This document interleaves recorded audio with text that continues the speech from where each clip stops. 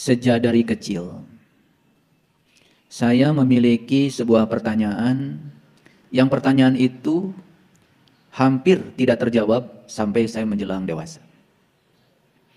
Pertanyaannya itu adalah pertanyaan yang natural, datang dari penglihatan saya, dari pikiran saya sendiri. Pertanyaannya adalah, mengapa manusia itu berbeda? Berbeda wajahnya. Ada yang tinggi, ada yang pendek, ada yang ganteng sekali, ada yang kurang ganteng. Ada yang cantik sekali, ada juga yang kurang cantik. Ini karena tidak ada lagi bahasa. Kalau saya bilang semuanya cantik juga faktanya kan tidak. Ada yang pinter, ada yang kurang pinter. Ada yang rajin, ada yang malas. Ada yang berkelimpahan rezekinya, ada juga yang kurang beruntung rezekinya.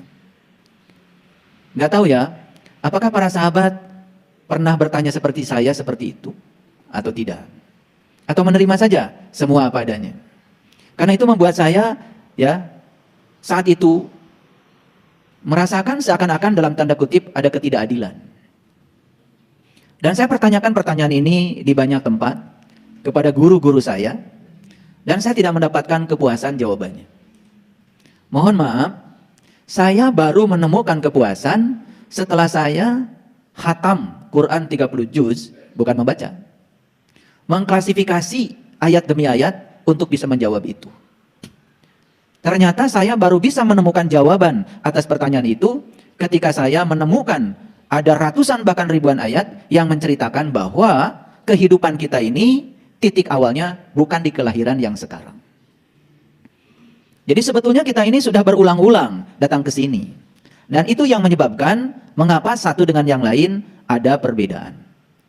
Setelah saya mendalami itu dari sisi ayat-ayat Al-Quran, kemudian saya mencoba mendalami sisi saintifiknya. Ternyata dunia psikologi menemukan sebuah metode untuk bisa menggali long term memory, memori jangka panjang yang tersimpan di alam bawah sadar dengan metode past life, past regresi. Itu adalah sains yang tidak bisa dibantah lagi. Dan ternyata hampir semua manusia ketika di past life, di past regresi, dia bisa ingat tentang masa lalunya, pernah hidup di mana, sebagai apa, pernah mengalami kejadian apa. Jadi alhasil ada satu perpaduan antara kitab suci dengan dunia sains. Jadi metode hipnoterapi untuk bisa membangkitkan memori yang tersimpan di alam bawah sadar itu adalah sains. Dan dunia sains kemudian tidak bisa mengelak lagi. Jadi mohon maaf, siklus kehidupan itu bukan soal keyakinan sekarang. Mau yakin atau tidak yakin, hukum alam tetap berjalan. Oleh karena itu maka siklus kehidupan sekarang sudah diakui sebagai hukum alam. Hukum gravitasi bumi tidak perlu keyakinan. Anda mau yakin atau tidak yakin, hukum gravitasi ya berjalan. Ya seperti kejadian. Putranya Mas Rodan jatuh dari lantai 2 ya ke bawah. Mau yakin atau tidak yakin, hukum gravitasi jalan saja. Tidak ada orang jatuh ke atas. Itu hukum. Itu hukum alam. Dan hukum alam bekerja dengan jujur apa adanya. Kepleset, ya jatuh ke bawah. Tidak pernah jatuh ke atas. Mau yakin atau tidak yakin, karena hukum alam tidak butuh keyakinan Anda. Tidak butuh keyakinan Anda apa? Karena itu hukum alam. Itu sains. Nah, kenapa saya bicara ini hari ini? Karena saya kok akhir-akhir ini saya bukan GR ya. Saya kok sekarang ini sepertinya diberi kemampuan untuk membaca tubuh setiap orang. Sekali lagi mohon maaf. Dari ujung rambut sampai ujung kaki ini, saya bisa baca. Sampai punya selingkuhan pun bisa dibaca. Dan akurasinya 95%. Yang tidak akan saya sampaikan cuma satu. Kapan para sahabat meninggal? Tahun berapa? Nggak akan saya sampaikan. Lalu saya bertanya, kenapa saya kok sekarang diberi kemampuan itu? Lalu saya tanya pada diri saya, apa perlunya? Ternyata jawabannya sederhana. Karena saya disuruh untuk membantu para sahabat untuk mengubah nasib. Nah, mengubah nasib berarti harus tahu dulu apa yang harus diubah. Nasib itu ternyata data karma masa lalu yang tersimpan di bagian anggota tubuh kita, dari ujung rambut sampai ujung kaki, itu bisa dibaca. Sainsnya begini. Tubuh kita tersusun oleh sel. Di setiap sel ada yang namanya DNA. Satu DNA itu ternyata bisa menyimpan 3 miliar data. Satu DNA. Jadi kalau sekarang di tubuh kita ada 100 triliun sel, dan setiap sel punya satu DNA, kalikan saja 100 triliun kali 3 miliar data. Berapa banyak data? Mungkin kalau dikalikan pakai kalkulator yang kalian punya itu langsung nge-hang itu kalkulatornya. 3 miliar kali 100 triliun. Sebanyak itu data yang tersimpan dari ujung rambut sampai ujung kaki. Jadi sangat masuk akal kalau di Quran ada firman Allah yang mengatakan Iqra kitabaka. Baca kitabmu. Nah, kitab berarti sesuatu yang di dalamnya ada informasi. Nah, kitab yang harus kita baca itu sebetulnya adalah tubuh kita sendiri. Jadi nggak mungkin Quran tiba-tiba menyatakan pada kita, Iqra kitabaka, baca kitabmu, baca kitabmu. Dan selama ini kita salah kaprah. Quran itu menugaskan kita untuk membaca kitabmu, bukan kitab yang lain. Yang dibaca malah kitab yang lain. Baca kitabmu, kitabmu, kitabmu. Nah, kalau berbicara tentang kitab, berarti di dalamnya ada sejumlah data, sejumlah informasi yang kalau itu dibaca akan menuntun kita untuk menemukan pengetahuan sekaligus juga jawaban. Pertanyaannya sekarang, apakah setiap orang sudah bisa membaca data itu? Ternyata selama ini saya biarkan kalian membaca sendiri, ternyata belum bisa. Jadi mungkin itu yang menyebabkan kenapa saya sekarang kok rasanya saya diberi kemampuan untuk bisa membaca itu. Jadi untuk para sahabat yang mau dibacakan, dari ujung rambut sampai ujung kaki ada data apa saja di situ, insya Allah nanti saya bisa bantu. Tetapi sekarang sudah antri yang ingin dibaca. Karena tidak mungkin kita mengubah nasib kita kalau kita tidak tahu apa yang mesti diubah. Nah, selama ini kita ini ujuk-ujuk ingin mengubah diri. Yang harus diubahnya apa? Dunia manajerial mengajarkan kita untuk analisa SWOT. SWOT itu ada S, ada W, ada O, ada T. SWOT. Jadi analisa SWOT itu adalah teknik analisa untuk mempetakan sebetulnya kelemahan kita apa, keunggulan kita apa, lalu peluang yang akan bisa diubah supaya kita berubah bagaimana. Nah, ini agak saintifik nih hari ini kajian kita. Dan nanti saya akan menyampaikan beberapa ayat Al-Quran sebagai dasar. Jadi kemarin itu karena ada rapat dengan pengurus setempat di Jelekong, saya 2:30 langsung pergi ke sana. Setelah urusan selesai di sana sampai jam 7 malam, jadi saya mampir di sebuah restoran punya sahabat kita. Saya diundang hari Minggu, nggak bisa ke sana karena kesibukan yang luar biasa. Tapi saya sudah janji, insya Allah saya akan ke sana. Jadi mampirlah di situ. Nah, ketika saya duduk di sebuah tempat duduk, tiba-tiba ada kucing duduk di samping saya. Ya udah, karena duduk di samping saya pegang, saya dilus-lus ini. Diam aja dia. Ada rasa penasaran, karena saya yakin di tubuh kucing itu juga ada data. Karena kucing kan terbuat dari sel. Sel ada molekul. Berarti di situ juga ada DNA sih. Ya saya coba komunikasi secara batin. Diam-diam saya komunikasi. Maaf, ini rasa saya. Tetapi saya yakin rasa ini bagi saya adalah benar. Jadi kalau para sahabat tidak percaya, boleh tidak percaya. Dan tidak usah percaya juga nggak apa-apa. Jadi saya ajak bicara nih si kucing ini. Diajak bicara oleh saya. Ini ada saksinya kemarin. Ada saksinya karena saya tidak sendiri. Nanti boleh tanya deh yang bareng dengan saya. Jadi saya usah-usah, padahal saya baru kenalan sama dia saat itu. Lalu terbacalah data itu. Mohon maaf. Jadi dia itu adalah sebuah ruh. Dan ruh ini dulu pernah hidup pada casing manusia. Manusia yang ditakdirkan memiliki dari sekian banyak pemilik dari tanah itu, resto itu. Jadi dia adalah salah satunya yang pernah ketitipan memiliki resto itu. Di zaman dulu. Jadi saat itu, ya kata dia, si resto itu berpindah tangan pada orang lain, tetapi dengan cara yang tidak sah menurut dia. Dan dia saat itu tidak bisa melepaskan itu begitu saja. Jadi terjadi kemelekatan yang sangat hebat kepada dia, kepada yang dimilikinya itu. Dan tiba-tiba dia sakit dan kemudian meninggal. Nah, saat meninggal itu, dia tidak bisa melepaskan kepemilikannya. Nah, itu yang menyebabkan kemudian dia harus terdegradasi memasuki tubuh yang sekarang. Kira-kira globalnya begitu. Lalu saya mulai makan. Saya pesan ikan.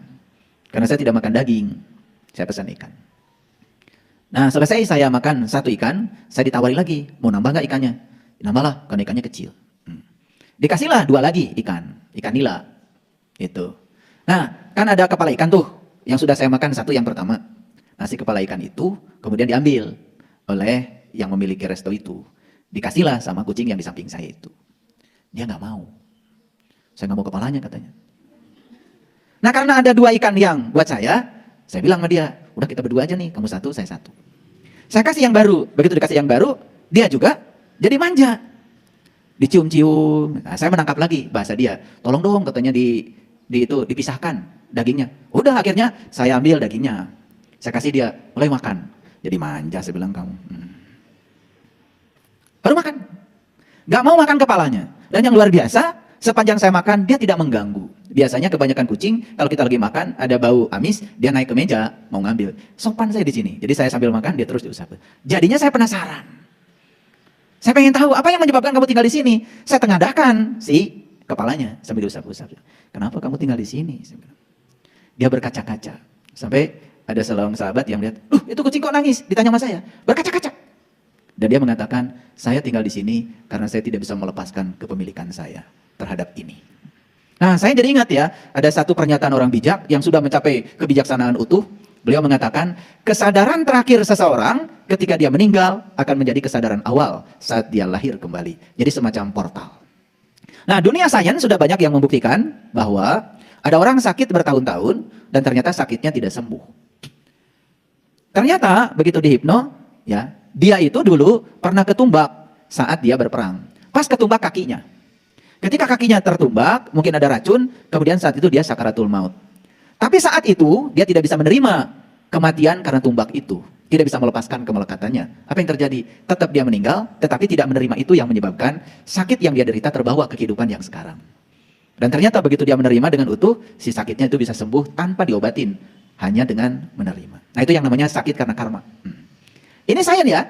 Dan contoh-contoh yang semacam ini sudah banyak ya datanya. Cuman kalau saya bicara ini terlalu banyak, nanti kajian kita jadi tidak masuk ke intinya.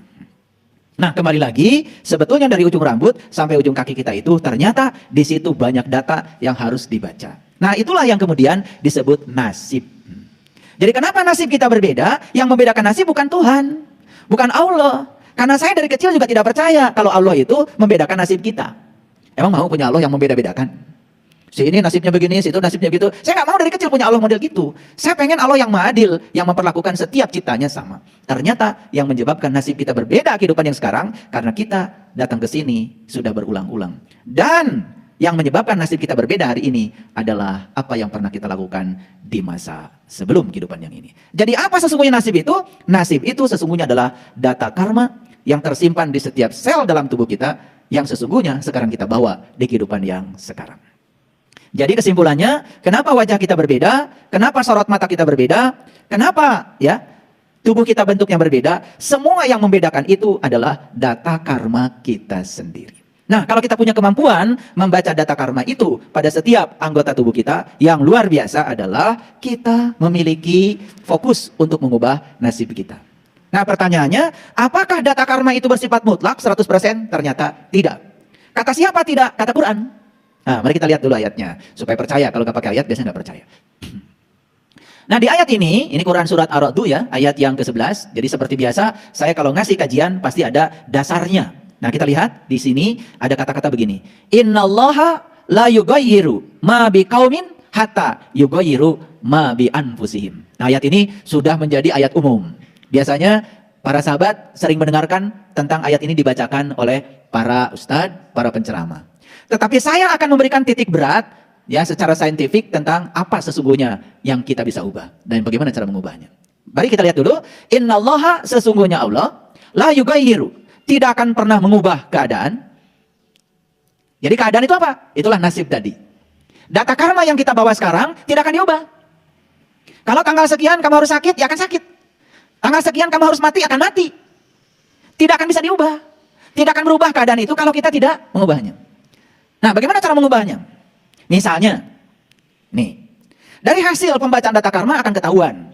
Seseorang ini akan meninggal karena penyakit apa? Itu bisa ketahuan. Misalnya, dia akan meninggal karena gagal ginjal. Bisa ketahuan. Jadi ternyata setiap orang itu akan meninggal dengan penyakit yang khas, unik bagi dia. Nah, karena dia akan meninggal dengan gagal ginjal, otomatis kita tahu kan, oh berarti ada kerawanan dong dengan ginjal saya. Maka ubah cara memperlakukan ginjal. Walaupun sudah ada ketetapan secara data karma, tetapi karena kita bisa mengubah pola hidup kita, bisa jadi ketetapan itu berubah. Ini maksud saya. Jadi tidak mutlak 100%. Karena Allah sendiri mengatakan begini, innallaha la yughayyiru ma biqaumin. Sesungguhnya Allah tidak akan pernah mengubah ma. Ma itu apa-apa. Ma itu apa-apa. Ma itu keadaan. Nah, keadaan bagi saya adalah data karma. Keadaan bagi saya adalah nasib yang kita bawa akibat ulah kita sendiri. Bukan Allah yang membedakan nasib kita, tapi kita sendiri yang telah menciptakan nasib itu. Jadi sebetulnya apa yang kita panen dalam kehidupan kita hari ini hanya sekedar mengingatkan apa yang pernah kita tanam di masa lalu. Siapa yang menabur, maka dia akan menuai. Oke. Pelan-pelan ya ngajinya, konsentrasi. Karena ini penting. Di samping penting juga ini akan menjadi sangat berbahaya kalau menangkapnya tidak utuh. Oke. Bisa dilanjutkan? Masih bisa konsentrasi? Makanya saya bilang tadi, lontong jangan dikeluarkan. Karena ini ngajinya agak berat, supaya lontong tidak mengganggu kesadaran kita. Jadi kalau lontong keluar lebih awal, kesadaran menurun.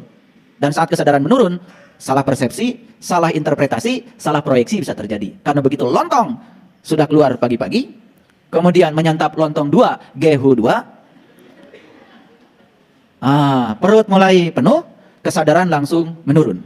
Sangat berbahaya. Jadi karena kajiannya berat, saya bilang lontong keluar hari ini spesial belakangan. Nah, lanjut dulu.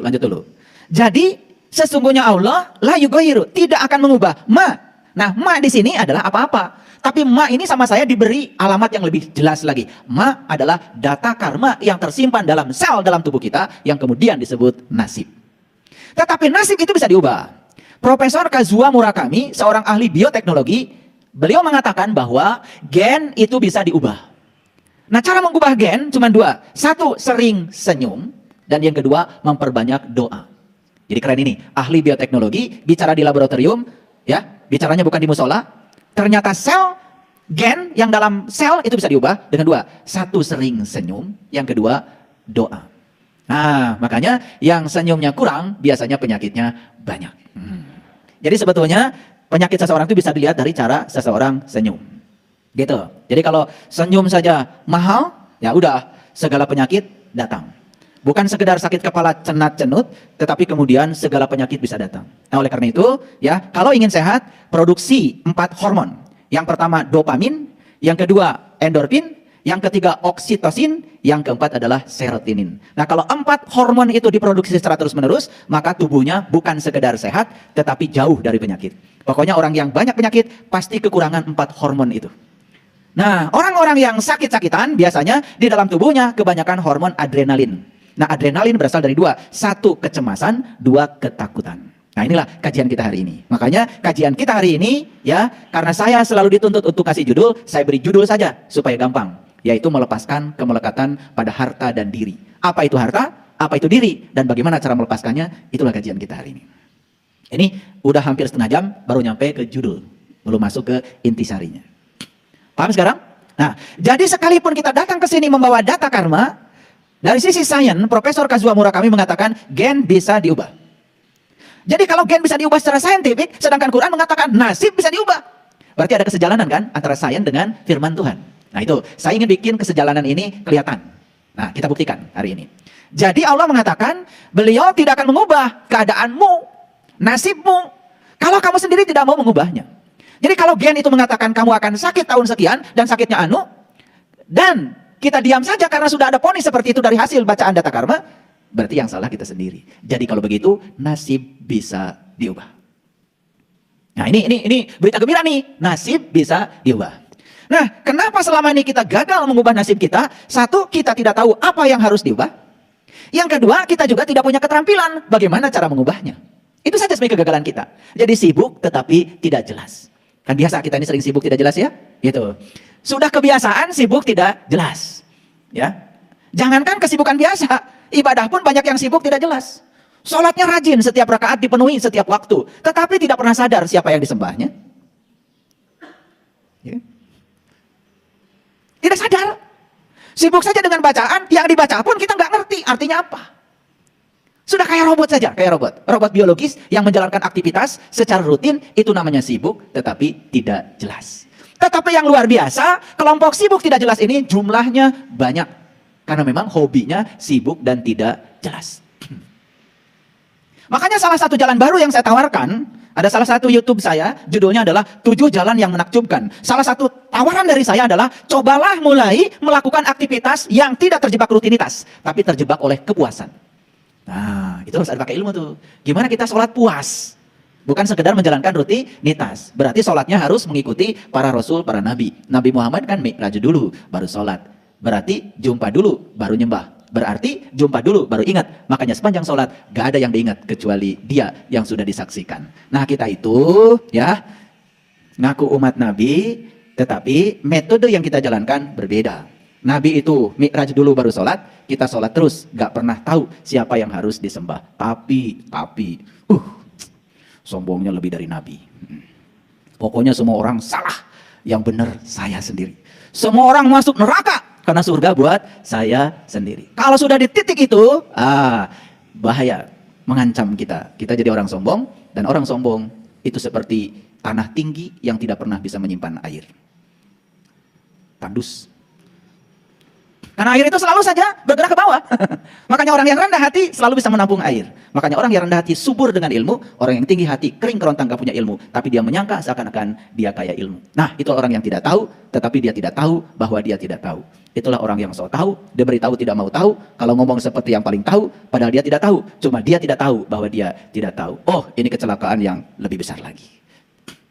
Jadi sekarang sampai ya di otak kita sekarang bahwa nasib bisa diubah. Nasib sudah tahu kan sekarang, seluruh data karma yang tersimpan dalam sel DNA kita, yang dibawa dari kehidupan yang lalu ke kehidupan yang sekarang.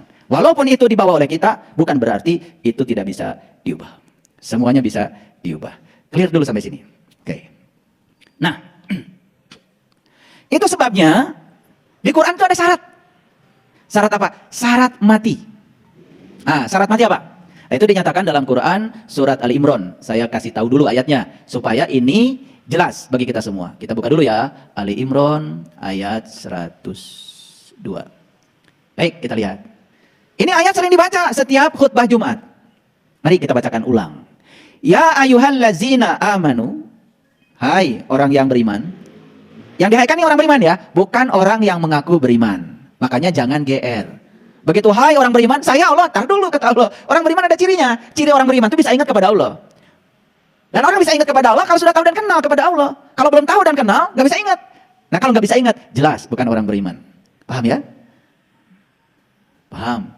Nah pelan-pelan ngajinya, supaya jujur. Ya ayyuhallazina amanu, hai orang yang beriman. Ayo acungkan tangan, merasa dihaikan nggak? Merasa dihaikan nggak? Ya alhamdulillah, kalau merasa syukur, kalau juga kita memang betul-betul orang yang beriman. Makanya orang beriman itu ada titik awalnya. Nabi Musa baru mengatakan saya beriman tepat ketika Allah sudah bertajalli di puncak kesadarannya. Falamma tajalla rabbuhu lil jabal, pada saat Tuhan bertajalli di puncak kesadarannya, saat itu Musa mengatakan, qala subhanaka tubtu ilaika wa ana awwalul mu'minin. Maha suci engkau ya Allah, sungguh aku bertobat kepadamu, inilah awal aku beriman. Jadi iman itu ada titik awalnya. Setuju? Apakah selesai syarat mati itu beriman? Tidak. Jadi syarat mati itu sebenarnya bukan beragama. Syarat mati itu beriman. Bagi saya, ya silakan. Ya. Keyakinan Anda mau apapun bagi saya nggak penting. Yang penting iman. Gimana sih ukur iman yang paling gampang? Sederhana. Pernah dengar kan? Ada sungai di Swiss.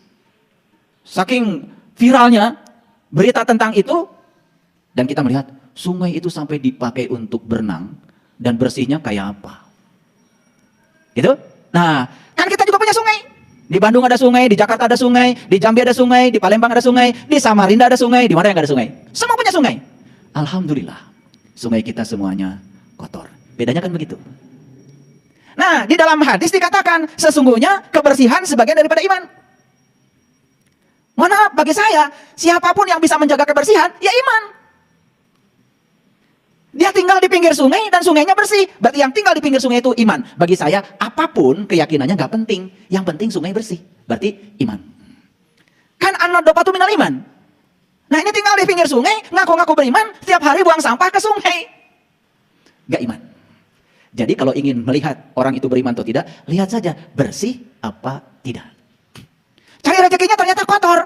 Berarti rezekinya kotor. Gak iman. Gak usah ditanya tahajudnya berapa rakaat, gak penting.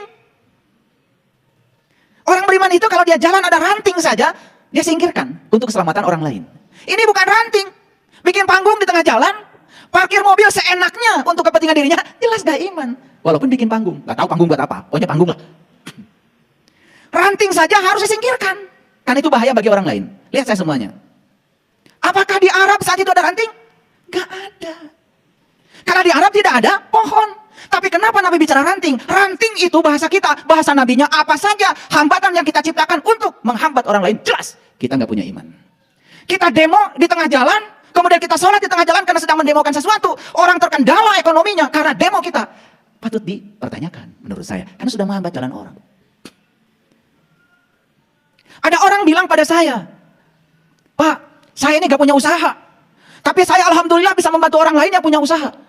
Mungkin dari sisi awam akan mengatakan, kamu gila, kamu aja gak punya usaha, ngapain bantu usaha orang? Betul? Ini sisi awam, tapi sisi spiritual beda lagi. Sisi spiritualnya apa? Karena kamu membantu orang lain untuk membuka usahanya, maka suatu saat juga kamu akan punya usaha. Karena apa? Membantu orang lain bagi orang yang beriman adalah membuka jalan bagi dirinya sendiri. Makanya kalau Anda semuanya memberi, jangan lupa, Anda tidak sedang membuka jalan orang lain, tapi Anda sedang memberi pada diri Anda sendiri. Kalau Anda memaafkan orang, Anda bukan memaafkan orang, Anda sedang membuka jalan untuk datangnya energi berkah bagi diri Anda. Jadi adakah sesuatu yang dilakukan buat orang? Gak ada. Semua buat dirimu sendiri. Jadi kalau kita memberi, bukan memberi pada orang, sebenarnya kita memberi pada diri kita sendiri. Paham sampai sini? Paham sampai di sini? Baik, kita lanjut. Jadi syarat mati yang pertama adalah iman. Dan orang yang beriman ini jelas orang yang peduli pada orang lain. Karena kata Nabi, ciri iman itu seperti itu. Begitu dengar ada sahabat kita kecelakaan, langsung kita bersimpati dan membantu. Iman tuh. Dengar sahabat kita kecelakaan, anaknya kecelakaan, hare-hare. Tahu hare-hare? Bahasa Inggris itu. Anteng saja, tidak ada sedikit pun rasa simpati, baru-baru membantu, hanya mengucapkan saja. Bersimpati, gak dilakukan. Ini menurut saya sih tidak masuk kategori iman. Makanya iman itu dilihat dari cara kita memperlakukan orang lain. Kalau kita memperlakukan orang lain seperti kita ingin diperlakukan orang lain, disitulah iman. Yang kedua, syarat mati itu adalah takwa. Apa sih takwa itu? Berulang kali saya sampaikan bahwa takwa itu definisinya sangat unik di Quran. Itu diabadikan di Quran surat Al-Baqarah ayat 63. Takwa itu satu, mengambil janji. Yang kedua, mengangkat kesadarannya. Yang ketiga, ditunjukkan sesuatu oleh Allah. Di puncak kesadarannya yang keempat, ingat apa yang Allah tunjukkan. La'allakum tattaqun, itulah takwa. Makanya salah satu cara untuk mencapai takwa adalah saum. Apa itu saum? Saum itu adalah berbuka dan jumpa dengan Tuhan. Liso'imi farhatun inda iftarihi wa farhatun inda liqa'i rabbih. Ada dua kegembiraan bagi yang saum. Satu ketika berbuka, yang kedua jumpa dengan Tuhan. Bukan makan candil, bukan makan kolak. Itu nggak ada hubungan dengan jumpa dengan Tuhan. Yang ada hubungan dengan jumpa dengan Tuhan adalah berbuka mata kolbu. Makanya orang beriman, kata Nabi, tasdiqun bil qalbi. Orang yang sudah terbuka mata kolbunya. Masih merem? Belum iman. Ngaku? Boleh, nggak diaku. Nah yang ketiga, syarat mati kata Allah adalah la tamutunna illa wa antum muslimun. Janganlah kamu mati kecuali sudah menjadi muslim. Nah muslim ini bukan sebutan bagi orang yang mengaku di depan Pak RT agamanya tertentu. Pak RT, saya mau bikin KTP. Enggak? Nami? Jubaidah? Tempat tanggal lahir? Pekerjaan? Agama? Pak RT? Islam Pak RT?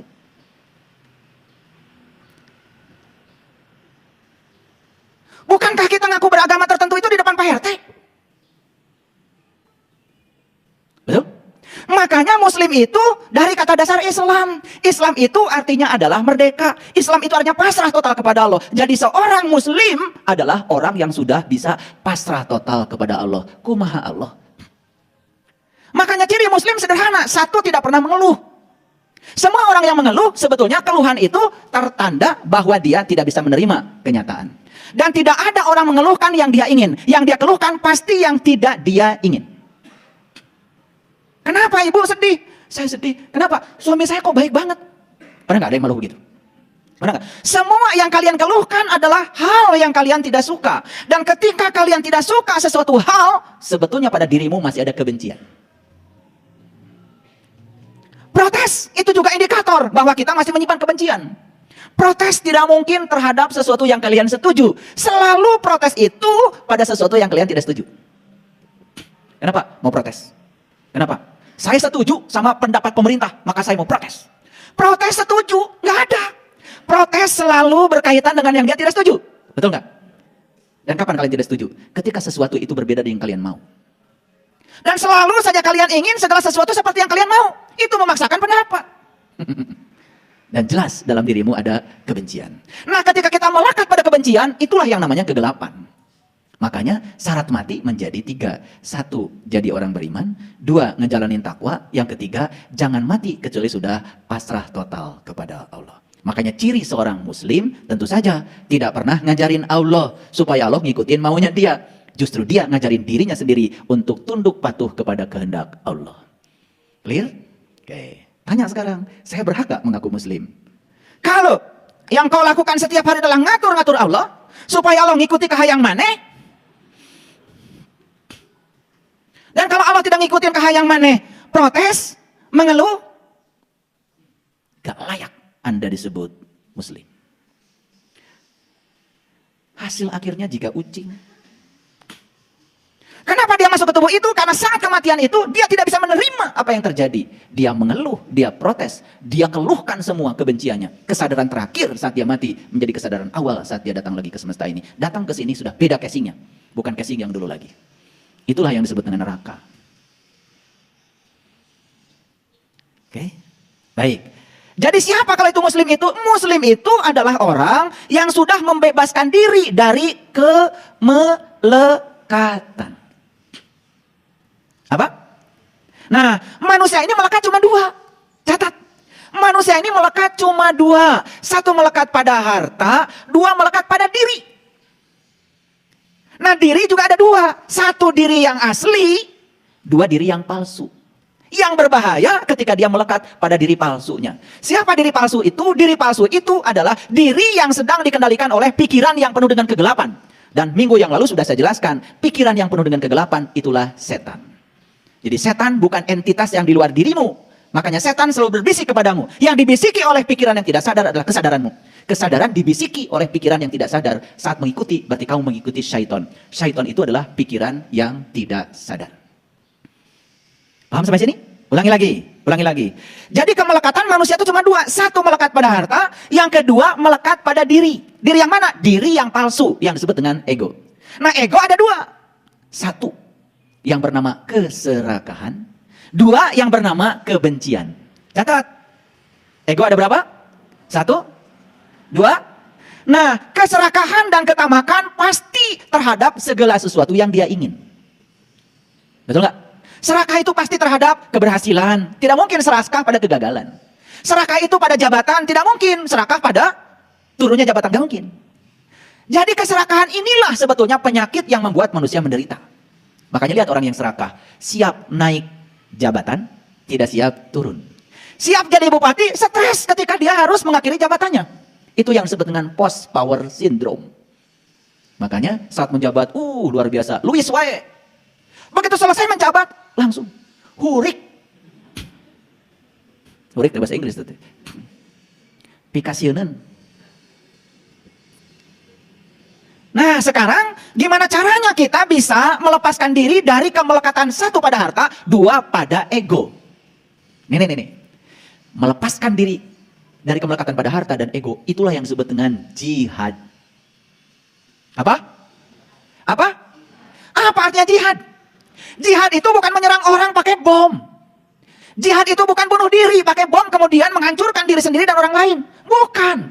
Jihad itu bahasa Arab, arti dalam bahasa Indonesia adalah kerja cerdas. Sekaligus juga kerja cerdas. Sekaligus juga kerja ikhlas. Jadi jihad itu sebetulnya sungguh-sungguh artinya. Sekarang pertanyaan saya, apakah para sahabat sungguh-sungguh ingin mengubah nasib? Jawab dulu. Apakah para sahabat sungguh-sungguh ingin mengubah nasib? Ya. Kalau sungguh-sungguh ingin mengubah nasib, ya mari. Sungguh-sungguh belajarnya, sungguh-sungguh memprosesnya, sungguh-sungguh di dalam ikhtiarnya. Nah, sungguh-sungguh itulah yang disebut dengan jihad. Jadi jihad itu cuma 2. 1 dengan harta, 2 dengan diri. Diri yang mana? Diri yang palsu. melepaskan kemelekatan pada harta dan diri yang palsu, itulah jihad. Betul nggak? Kalau kita nggak sungguh-sungguh, sulit untuk mencapainya.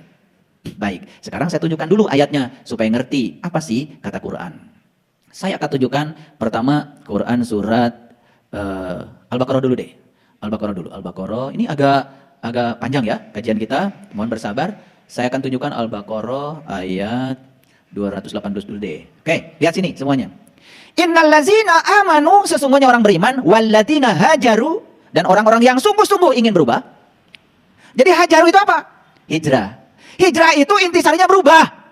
Nah, kita selama ini mengartikan hijrah pindah. Betul. Pindah dari kesadaran rendah kepada kesadaran tinggi. Pindah dari kesadaran lama pada kesadaran baru. Pindah dari kehidupan yang membuat kita selalu menderita pada kehidupan yang membuat kita penuh sukacita. Tahu sekarang? Tahu sekarang? Oke. Itu hajaru, hijrah. Maka simbol hijrah itu adalah dari Mekah ke Madinah. Mekah itu kampung, Madinah itu kota. Pindah dari kebodohan kepada kecerdasan. Pindah dari tempat yang gelap gulita kepada tempat yang terang benderang. Di tempat gelap kita sering salah persepsi. Di tempat terang karena jelas kelihatan tidak mungkin salah lagi. Nah, di Quran dikatakan sesungguhnya orang yang beriman, siapa itu? Wallazina hajaru, yaitu orang yang mau berubah. Jadi orang beriman itu kata Quran selalu dinamis dan ingin berubah. Minum dulu ya.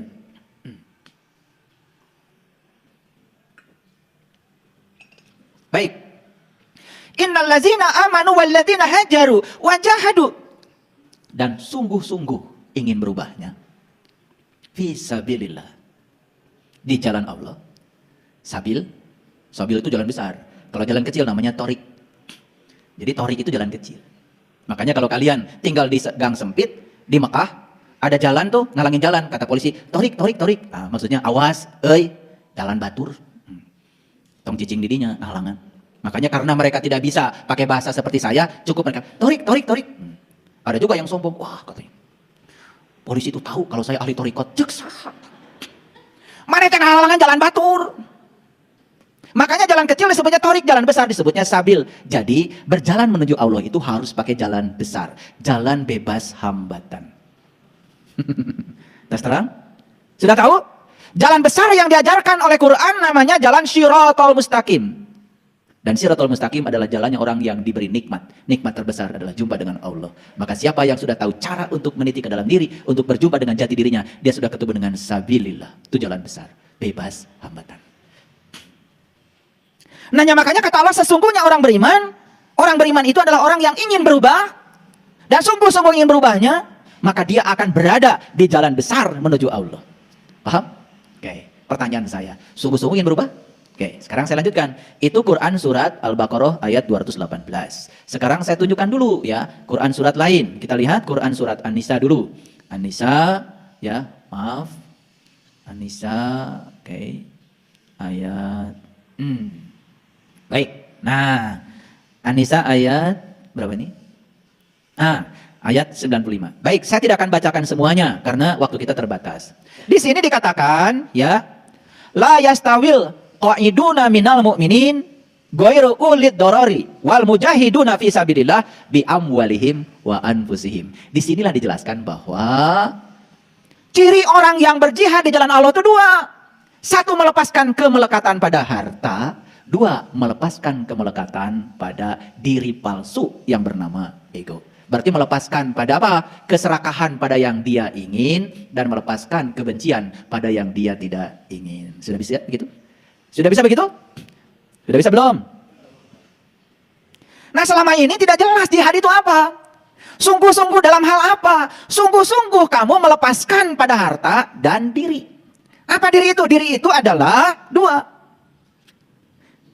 Diri yang dimaksud di sini adalah ego, diri palsu. Satu, lepaskan dirimu dari keserakahan pada yang kamu ingin. Yang kedua, lepaskan dirimu pada kebencian dari yang kamu tidak ingin. Itulah yang paling berat. Jadi sangat masuk akal kalau itu disebut jihad. Terasa perjuangannya berat? Lah, melepaskan keserakahan pada yang kita ingin. Berat. Karena apa? Dari kecil kita dilatih untuk mencari, tetapi tidak dilatih melepaskan. Dari kecil kita dilatih untuk mengumpulkan, tapi tidak dilatih untuk membagikan. Makanya mumpung kita masih ada kesempatan, yuk kita imbangi. Boleh nggak mencari? Boleh. Tetapi mencari, melepaskan. Mencari, melepaskan. Kalau mendapat yang kita cari, jangan untuk dirimu sendiri. Ada bagian buat orang lain. Latih dirimu untuk melepaskan. Kapan? Sekarang. Nah kalau kita terus mengumpulkan, tidak kita lepaskan, saat mati datang, kita dalam posisi melekat luar biasa. Sakaratul mautnya itu menjadi hese. Itulah sakitnya sakaratul maut, ditentukan oleh berapa melekat kamu kepada hartamu, dan berapa melekat kamu pada egomu. Makanya ada kata-kata kullu nafsin za'iqatul maut. Setiap yang bernyawa harus merasakan rasanya mati. Tahu nggak rasanya mati? Orang mati itu teboga kahayang. Itu yang disebut dengan sakinah. Sukun itu mati. Sakinah dari kata dasar sukun. Makanya kalau orang ini saat hidup sudah bisa seperti orang mati. Tidak berkeluh kesah. Tidak tersinggungan. Tidak baperan. Tidak gampang marah. Sudah selesai dengan dirinya sendiri, itu namanya sakinah. Siapa yang sudah sakinah berikutnya akan mudah mawadah. Apa artinya mawadah? Mawadah itu bahagia. Ternyata syarat bahagia itu sakinah. Makanya kalau sudah bahagia berikutnya warohmah. Dia akan menjadi sumber cinta kasih sekaligus sumber belas kasih. Karena tidak mungkin kita membahagiakan orang lain kalau kita belum mencapai kebahagiaan. Syarat mencapai kebahagiaan adalah sakinah. Ari ente masih kene tersinggungan, dikit-dikit protes, tidak suka marah-marah. Nih saya kasih tahu, ada istri saya di sini saksinya. Saya kalau masuk WC dan WC kotor bekas orang, saya nggak pernah marah. Ya kumaha ya jelema teh harus ke WC. Kalau terkait enggak, saya sikat. Karena kalau marah-marah tidak membuat WC jadi bersih. Anak saya masuk WC, saya tahu anak saya. Walaupun saya nggak lihat anak yang mana yang masuk WC, dari WC bekasnya saya tahu. Anak nomor 1, anak nomor 2, anak nomor 3, saya tahu. Cara nyimpen odolnya seperti apa, saya tahu. Cara nyimpen sikat gigi seperti apa, saya tahu. Bak mandi masuk sabun, saya tahu anak yang kemana. Dan saya nggak pernah ribut. Kalau bekas anak pun, saya nggak pernah dikejar anak saya. Kamu tadi masuk ke saya, itu sabun masuk, nggak selesai. Makanya saya bedahkan, saya sikat. Nanti kalau dia masuk lagi ke WC, kali aja dia ingat, oh tadi bekas sabun sekarang udah bersih, pasti sama ayah. Sugan eraheun. Makanya saya itu di rumah, para sahabat, nggak pernah saya marah-marah nyuri ini, nggak pernah. Ada istri saya. Nih saksinya. Kalau banyak rambut berantakan, saya nggak pernah ribut. Iya rambut tuh saha, urut saha, jorok, nggak pernah. Saya ambil solasi, saya lilitkan di tangan saya, langsung plak plak plak plak plak plak, beres bersih. Karena saya tidak suka rambut berantakan. Kalau ada rambut nyumpal di saringan WC, saya tahu bekas anak yang mana, saya cabut sendiri, saya buang. Nggak pernah ribut, karena ribut tidak pernah menyelesaikan masalah. Ini saya ngasih contoh, sugan areling tuh. Nggak perlu marah. Di rumah saya banyak juga yang ngerokok. Puntung rokok ada. Dan saya kalau ngambil puntung rokok bekas kalian, ketika kalian sudah pergi. Karena kalau saya ambil kalian masih ada, perasaan saya nggak nyampe. Takut kalian tersinggung. Makanya sudah pergi saya ambilin. Itu cara saya. Makanya saya nggak pernah melarang. Mual nitah, mual ulah. Mere contoh. Damak-amakan mual mereskeun masalah. Gitu aja kok. Sederhana. Kolam kotor, nggak pernah saya pusing. Bedahkeun we, bersihan, beres. Karena tidak ada kemarahan yang bisa menyelesaikan masalah kecuali menambah masalah baru. Sugan ada diceramahan ke arera. Ini masalah ego, masalah ego. Kalau kita belum bisa mengalahkan diri sendiri, yang keluar adalah konflik. Orang yang konflik dengan pikirannya, mulai keluar dari lisannya, konflik dengan orang lain. Ini saya kasih tahu, siapapun yang masih konflik dengan orang lain, itu Anda itu masih punya konflik dengan dirimu sendiri. Can beres. Itu waras. Makanya jihad itu 2, diulang-ulang di banyak ayat. Kalau saya tunjukkan ayat tentang jihad, itu cuma 2. Bi amwalihim wa anfusihim, bi amwalihim wa anfusihim. Apa pesannya? Ya, menang, mana yang harta. Tapi menang, lepaskan. Boleh mencari, tapi jangan melatih diri mencari. Latih diri untuk melepaskan. Itu yang namanya belajar mati selagi hidup. Mengpengker hidup. Dan diajar maut, mah kudu hidup. Merasakan rasanya mati harus ketika hidup. Dangas maut, mau bisa ngerasakan. Sok tanya lupain. Kumaha rasana pae? Mau bisa ngejawab. Nih saya kasih tanya. Saya tanya nih kalian. Gimana rasanya ketika kamu dalam hidup ini sudah merasakan mati? Damai ayah. Damai. Gimana rasanya ketika kamu mengalahkan egomu? Damai. Damai. So, praktekkan. Belajar dengan saya bukan membicarakan kebaikan. Melakukan. Jangan jadi kolektor ilmu. Gak perlu banyak ilmu. Yang penting rubah. Hijrah. Tiap tahun baru hijrah, karnaval. Beringkat itu, terubah. Sekarang karnavalnya dengan akhlak, karnavalnya dengan perubahan. Lain dangdan wungkul. Paham ya? Paham apa tidak? Baik. Jadi Allah mengatakan baca kitabmu, baca kitabmu, baca kitabmu. Buat apa? Setelah kamu tahu ada data karma apa di dalam tubuhmu, kamu tahu bagaimana cara mengubah nasibmu. Jadi selama ini kalian kenapa tidak bisa mengubah nasib? Karena belum tahu cara membaca data karma di tubuh. Lamun teu bisa, sok minta tolong. Kamu bisa. Tapi saya akan bacakan 95%. Kalau saya bacakan tahun sekian mati. Stres, nama stres. Jadi nggak akan saya bacakan walaupun saya tahu. Nah, jadi sekarang jelas apa yang harus kita lepaskan. 1, amwal, harta. 2, diri, anfus. Diri yang mana? Diri yang palsu. Diri yang dikendalikan oleh pikiran. Kalau diri yang sudah asli, diri yang sudah dikendalikan oleh kesadaran, tidak mungkin ego. Dan kudu diomente. Cuman selama ini kan gak jelas. Jihad. Kunaon? Harta jeung diri, tenaon maot oge. Allah tidak nyuruh kita mati. Allah itu menyuruh kita belajar mati dalam hidup. Gitu. Sing bisa ngajangka bageto. Mati sajroning urip, belajar mati selagi hidup. Apa hasilnya kalau sudah sakinah? Mawadah. Kalau sudah mawadah, warahmah. Nah kita ini kalau ngomong sakinah, mawadah, warahmah, lamun anu kawin.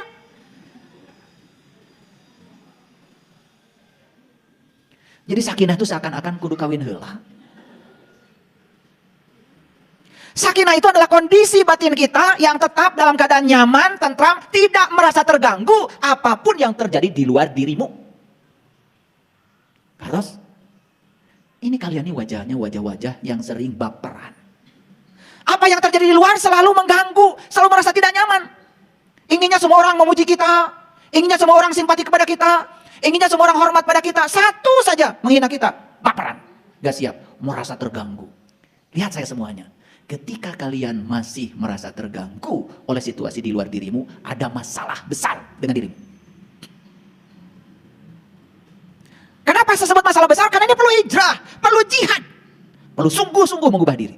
Gimana cara mengubahnya? Nah, disinilah ketika kesadaran kita sangat rendah, yang mendominasi kita adalah pikiran kita yang palsu, maka penderitaan tidak bisa dihindari lagi. Dapat sehat teh akibat berjamaah cekcokna. Saya perbolehkan kalian cekcok, tapi saurang-saurang. Ya, kalau mau cekcok, sepakati dulu. Gantian ya. Mau ribut. Dari ributnya lamun sarwana. Apalagi kalau yang cekcok mah sorangan, mau alih lagi capek. Da jelema nu amak-amakan mun diantepkeun udah capek. Eureun we sareng. Nama amak sate lamun di sana. Tah urang teh sok mere seuneu. Padahal sudah belajar dalam hidup, seuneu mah ngan bisa paena ku cai. Nu hiji seuneu, nu hiji kudu dijadi cai. Iya nu hiji seuneu, nu hiji seuneu deui. Jadi bisa dibaca para sahabat. Saya bisa tunjukkan dari ujung sana sampai ujung sini, kalian itu dominannya apa sebetulnya? Air, api, udara, tanah. Bisa ayeuna ge kabaca. Ngan kudu mayar. Tong hayang gratis wae atuh. Jadi unsur dominannya kita tuh apa? Ada yang unsur dominannya api, saya tahu. Ada yang unsur dominannya air, saya tahu. Yang unsur dominan tanah, saya tahu. Yang unsur dominannya udara, saya tahu. Tahu. Karena itu data yang kalian bawa, tersimpan di tubuhmu, tersimpan, bisa dibaca. Gampang. Gitu. Nanti kalau mau dibacakan oleh saya, daftar dulu. Ya. Nanti daftar sama anak saya yang paling besar, biar dikoleksi dulu datanya. Ya, daftar sama Teh Putri, cari nomor teleponnya jadi grup. Kalau belum tahu catat nomornya. 0812 14 34 5858. Catat boleh. Antri. Karena apa? Biar fokus perubahan nasibnya. Selama ini kita mengubah nasib itu sembrono, gak fokus. Karena kita juga tidak pernah menganalisis sebetulnya kesalahan saya di mana. Karma yang harus saya selesaikan dalam hidup ini apa? Padahal udah jelas, cuman tidak bisa baca. Ngenteng mah mineng. Ayo we ngabaruman pipi. Hartos.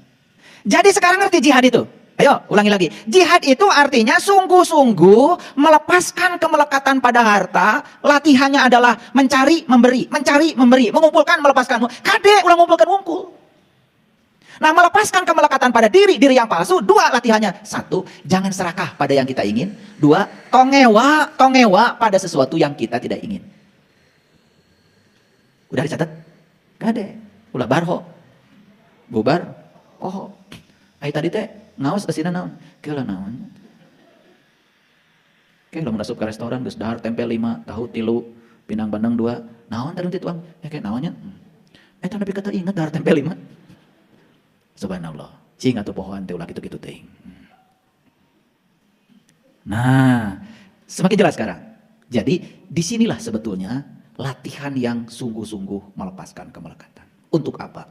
Supaya saat sakaratul maut kita tidak terikat lagi oleh ketebalan kemelekatan pada yang 2 itu. Maka siapapun yang ketebalan kemelekatan pada yang 2 itu terbawa saat mati, makanya kesadaran terakhir saat seseorang mati akan menjadi kesadaran awal pada saat dia dibangkitkan lagi. Itu. Nah, sekarang kita lihat ayat lain. Ya, saya mau tunjukkan karena ayatnya banyak, tentu saja saya tidak menunjukkan semuanya. Tetapi inti-intinya saja. Kita lihat surat yang ke-29, ayat yang ke-6. Nah, lihat. Waman jahada fa innama yujahidu li nafsi. Barang siapa yang berjihad, nah sayang sekali di terjemahan yang ada itu kata jihad jarang diterjemahkan. Lalu dipersepsi jihad itu seperti kebanyakan orang. Jihad itu jadi menyerang orang. Jihad itu menyakiti orang lain yang berbeda keyakinan dengan kita. Itu salah kaprah itu tentang jihad. Jadi jihad sendiri artinya adalah sungguh-sungguh. Perhatikan saya. Jadi barang siapa yang sungguh-sungguh, ya, maka kesungguhan itu sesungguhnya fa innama yujahidu li nafsi. Kesungguhan itu bukan untuk siapa-siapa, kecuali untuk dirinya sendiri. Sok, sungguh-sungguh dalam hal apa? Tentu saja, sungguh-sungguh dalam hal tertentu yang sudah kita tentukan. Ayo, sungguh-sungguh dalam hal apa? Saya sungguh-sungguh ingin mengubah diri saya. Saya sungguh-sungguh ingin mengubah nasib saya. Ayo sungguh-sungguh. Sungguh-sungguh itu bahasa lain adalah fokus. Tidak kehilangan fokus. Makanya kemana pikiran diarahkan, ke situ energi dialirkan. Ini lihat saya. Kita punya uang 100.000. Hilang. Terus aja kepikiran yang 100.000 itu. Kemana pikiran diarahkan, ke situ energi akan dialirkan. Terus mikirin yang 100.000 hilang. Jadi duit banyak yang akan datang kepada kita tidak terpikirkan sama sekali. Nu 100.000 leungit, nu gede teu datang-datang. Ngarubah nasibnya. Makanya begitu kita tidak memfokuskan pikiran pada yang 100.000, percaya bahwa Allah akan menghadirkan uang lebih banyak dari itu. Arahkan saja pikiran kepada yang lain. Di mana pintu tertutup, berarti Allah sedang membukakan pintu yang lain yang akan dibukakan. Arahkan ke situ. Di situ kedahsyatan mulai datang.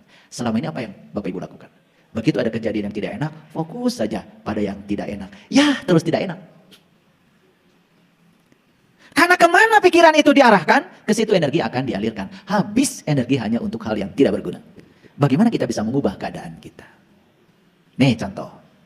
Maaf ya, terbaca dari data karma bahwa kamu ini sebetulnya di usia sekian sampai sekian akan mengalami kesulitan yang luar biasa secara finansial. Kabaca, teteh. Kabaca. Nanti saya beritahukan deh. Nah begitu saya beritahukan bukan berarti langsung ikuti pikiran saya. Itu cuma 50% mutlaknya. 50% bisa diubah. Oh di usia sekian saya itu akan mengalami kesulitan finansial. Yes, saya akan rubah cara hidup saya. Saya akan rubah cara berpikir saya.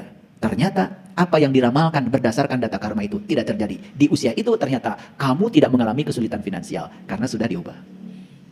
Jadi pembacaan data karma itu semata-mata untuk melakukan tindakan preventif agar itu tidak terjadi. Pernah dengar ada orang yang divonis oleh dokter karena mengidap penyakit tertentu? Ibu teh bakal maut 3 tahun deui, cek dokter. Karena sudah divonis 3 tahun gak akan mati, apa yang terjadi? Setiap hari dia teh selalu saja kemana-mana bawa uang. Nggak bagi. Nah ibu jantan bager 3 tahun deui. Apa yang terjadi? 3 tahun yang divonis dokter tidak terjadi. Sampai sekarang dia masih hidup. Gara-gara dia berubah kehidupannya. Itu namanya mengubah nasib. Jadi kalau nanti dibacakan oleh saya, kemudian dapat data ini bukan untuk diyakini. Tetapi itu dijadikan sebagai landasan untuk mengubah diri. Sehingga perubahannya jadi fokus. Itu. Ada yang pernah baca saya? Karena saya punya garis-garis di sini. Dari garis wajahnya, Anda itu akan mengalami kesulitan ekonomi. Alhamdulillah. Di bejaan. Makanya saya sekolah. Saya nggak mau tinggal di kampung. Udah di bejaan. Nggak mau. Saya sekolah. Saya rubah nasib saya. Maaf, saya pernah jadi asisten rumah tangga. Saya pernah melakukan semua jenis pekerjaan. Dan ketika saya melakukan semua jenis pekerjaan itu tidak ada keluhan. Karena sudah tahu. Ada data karma yang dibaca orang pada diri saya. Dari garis wajah saya, cenah, saya teh pisusahkeun. Saya kemudian tidak memvonis diri saya. Cicing we. Kunaon cicing we? Da abdi mah jalmi sesah. Saya mau ngubah. Nah karena saya sungguh-sungguh ingin mengubah diri saya bukan mengatakan hari ini saya sudah berhasil. Bahkan uang saya sering gak laku. Kalau makan bersama, sok aya nu mangayarkeun. Makanya saya nunggu diajak makan. Ya. Saya itu nggak bisa makan misalkan di warteg, nggak bisa. Kalau ngantar istri saya ke pasar baru, kalau istri saya bisa. Ayo bakso juga naros, makan bakso di situ. Nggak bisa, saya nungguin aja. Saya nggak bisa. Jadi saya kalau makan harus di restoran yang bersih dan mahal. Berarti kudu ubah duit. Jadi vonis yang mengatakan garis wajah saya pisusahkeun bisa diubah. Jadi maksud saya, ya, yang banyak garisnya dengan saya, jangan takut, bisa diubah. Jadi tidak ada nasib yang permanen. Sekalikan itu sudah terbaca sebagai data karma kita, yang tersimpan dalam DNA tubuh kita, kalau kita bisa mengubahnya dan mau mengubahnya, bisa diubah. Jadi sejalanlah antara Quran dengan sains. Nah, pelajaran yang berbahaya yang sudah tertanam di kesadaran bawah sadar kita, dari kecil kita diajarkan oleh guru ngaji kita, cenah yang menentukan nasib mah Allah. Maneh mah pibeunghar. Ieu mah pisang sara. Ceksa terus diatur ku Allah di Lauh Mahfuz. Hayang kitu boga Allah nu kitu. Abdi mah da alim. Betul? Nah, jadi sekarang terjawab, Allah itu tidak pernah turut campur menentukan nasibmu. Yang menentukan nasibmu ya dirimu sendiri. Kalau Allah turut campur, cek Allah teh, tong turut campur. Geus ditangtukeun ku kaula, tidak mungkin Allah berfirman, sesungguhnya aku tidak akan mengubah satu kaum. Kalau dia tidak mengubah, mahal mungkin. Nah kita ini sering belajar agama itu terkadang tidak koheren. Satu pendapat dengan pendapat lain berlawanan. Untung saja karena kurang kritis berpikirnya, santai-santai saja. Dan mikir. Gitu. Nah sekarang setelah saya bongkar nih rahasianya hari ini, dan saya sudah ngasih contoh pengalaman saya sendiri. Pengalaman saya sendiri. Ya. Saya sudah baca data saya. Saya itu golongan darahnya A. Nah Allah ngadamel golongan darah teh beda-beda. Nggak mungkin Allah mengadamel hiji perkara ke ayat tujuanana. Golongan darah A, golongan darah O, golongan darah AB, golongan darah B. Ternyata golongan darah itu juga menceritakan data karma. Sekarang dunia pendidikan di negara maju sudah berdasarkan golongan darah. Bikin kelas teh berdasarkan golongan darah. Gurunya pun harus cocok dengan golongan darah itu. Bayangkan, sudah seperti itu di negara yang beradab. Hari urang mahnya campur we golongan darah naon oge. Gurunya golongan darah apapun masuk ke kelas itu. Makanya ada siswa yang tidak cocok dengan gurunya. Begitu siswa tidak cocok dengan gurunya, apa yang terjadi? Otoritas guru berperan. Mun teu nurut ka aing sia, cepret. Iya, makanya penghapus melayang. Ada guru kemudian menempeleng muridnya. Masalahnya, ini barbar. Karena kita tidak mengikuti riset-riset terbaru tentang itu. Makanya kita akan bikin di sini sekolah berdasarkan golongan darah. Itu luar biasa. Bahkan diet makanan sekarang berdasarkan golongan darah. Saya golongan darahnya A. Menurut riset, golongan darah A itu rentan, terutama jantung. Saya sadar, karena rentan jantung saya, maka saya tidak banyak makan minyak. Saya berhenti makan goreng-gorengan. Kan bagus informasi itu bagi saya. Makanya saya jarang sekali makan lemak jenuh. Makanya kalian naik ke Jelekong, ngikutin saya. Ngos-ngosan semua. Kenapa katanya? Kok saya jalannya cepat sekali? Beda dahareunana. Jadi maksud saya. Nah dengan begitu kan kita bisa merawat tubuh ini semaksimal mungkin, sehingga tubuh ini jadi kendaraan hebat yang bisa mengantarkan sang penumpang jiwa menuju tujuannya. Jangan sampai jiwa ini belum sampai pada kedewasaannya, tubuh sudah roboh duluan. Kan bahaya. Jadi sekarang itu golongan darah. Ada diet berdasarkan golongan darah. Sistem pendidikan berdasarkan golongan darah. Bahkan, nih, di Jepang, mencari jodoh pun ditanya golongan darah. Karena ada riset yang mengatakan golongan darah ini dengan ini gak cocok.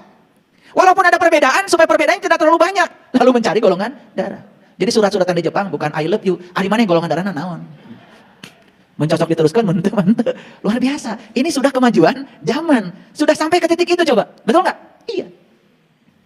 Nah makanya kalau orang tua kita makan dulu ya mencari jodoh syaratnya ini, itu, ini. Dulu belum terungkap secara saintifik. Sekarang mah sudah sampai pada tingkatan golongan darah ini cocok dengan golongan darah apa. Mun pas saya teh terongkah teuing. Luar biasa? Luar biasa. Jadi sebenarnya temuan-temuan neuroscience, riset-riset modern, itu kalau kita cermati, ternyata semua itu justru membimbing kita untuk menjadi tambah baik. Tambah lagi spiritual. Makanya spiritual, saya kaget. Spiritual itu ternyata dari bahasa Latin, dari spiritus. Jadi spiritual itu dari spiritus. Tahu spiritus? Spiritus. Masih ingat kan dulu? Nah, kalau usia-usianya yang di atas 50 ke atas mah pasti manggut. Karena dulu zaman PLN belum ada, kita pakai lampu petromak. Lampu petromak itu kan pakai ada lampunya terbuat dari kain. Nah, itu kemudian si kainnya itu ya kalau baru dibeli, nah itu kayak burayot. Jadi burayot di Garut jadinya kade, mikir tuh lah kemana-mana. Ya Asep kade. Nah burayotnya dari situ, karena belum mendapatkan spiritus, makanya masih burayot. Lemes. Nah, dimasukkanlah spiritus ke dalam, kemudian disulut. Nah, jadi spiritus itu sebetulnya adalah pemicu, penyulut. Nah, kemudian mulai itu dipanaskan si calon lampunya itu, dipompa tuh, dipompa. Begitu dipompa, tekanan di dalam tabung naik, kemudian minyak tanah naik ke atas. Nah, di atas itu ada nozzle namanya, sehingga minyak tanah itu datang ke situ sudah berupa uap bertekanan tinggi, masuk ke situ dipicu oleh spiritus. Nah, begitu, langsung bulat, karena sudah ada pemicu. Jadi asalnya itu lenyet. Nah, lenyet bahasa apa ya? Ini bahasa Sunda itu kaya banget. Lenyet. Ranyet. Ranyet. Ini bahasa Indonesianya apa itu? Lepek. Lepek. Lepek. Lepek. Sebetulnya bahasa asingnya impoten. Makanya yang impoten perlu spiritus. Nah, perlu spiritus. Nah, kemudian ketika dipanaskan, dipompa, itu langsung bulat. Ketika bulat, brai. Jadi menerangi semuanya. Jadi yang ranyet, yang lepek tidak akan menghadirkan cahaya. Yang bisa menghadirkan cahaya itu yang tekanan tinggi, bright, caang. Makanya lampu petromak itu dulu menjadi lampu idaman di zamannya. Ya sedikit lebih mewah dari cempor. Masih ingat ya dulu? Masih ingat. Pokoknya saya dulu tugasnya kalau sudah mulai repan maghrib, saya di rumah bagian nyalakan lampu petromak. Gitu. Wah itu, luar biasa ya. Nah sekarang saya sudah gak lihat lagi itu ya barang itu. Itu adalah teknologi dulu, tetapi itu fisika. Keren banget ya. Jadi syarat untuk bercahaya, satu harus ada tabung, dua harus ada spiritus, tiga harus ada minyak, baru bright, caang. Sama, kita juga harus punya tabung, harus ada minyak. Maka di Quran dikatakan minyaknya hampir menerangi walaupun tidak disentuh api. Minyak dari pohon zaitun yang diberkahi, bright, namanya nurun ala nurin, caang. Keren ya? Jadi leluhur kita itu bikin sesuatu sudah sangat luar biasa. Baik, kita simpulkan. Jadi sekarang mengerti apa yang harus kita latih dalam hidup? Satu, boleh mencari, tetapi jangan cuma mencari. Belajar melepaskan. Boleh mengumpulkan? Boleh. Tetapi jangan terus mengumpulkan sampai mati. Setelah mati, yang kita kumpulkan malah kita tinggalkan. Belajar memberi terhadap harta. Yang kedua, belajar melatih diri untuk tidak serakah pada yang kita suka, untuk tidak membenci apa yang kita tidak suka. Kalau ini dilatih terus-menerus, saya yakin kita akan bisa memenuhi ayat ya ayyuhalladzina amanu ittaqullah haqqa tuqatih la tamutunna illa wa antum muslimun. Balik mulih ka jati mulang kasal, insyaallah dalam keadaan tidak melekat pada apapun. Jongjon, brai, miang. Innalillahi wa inna ilaihi rajiun. Assalamualaikum warahmatullahi wabarakatuh.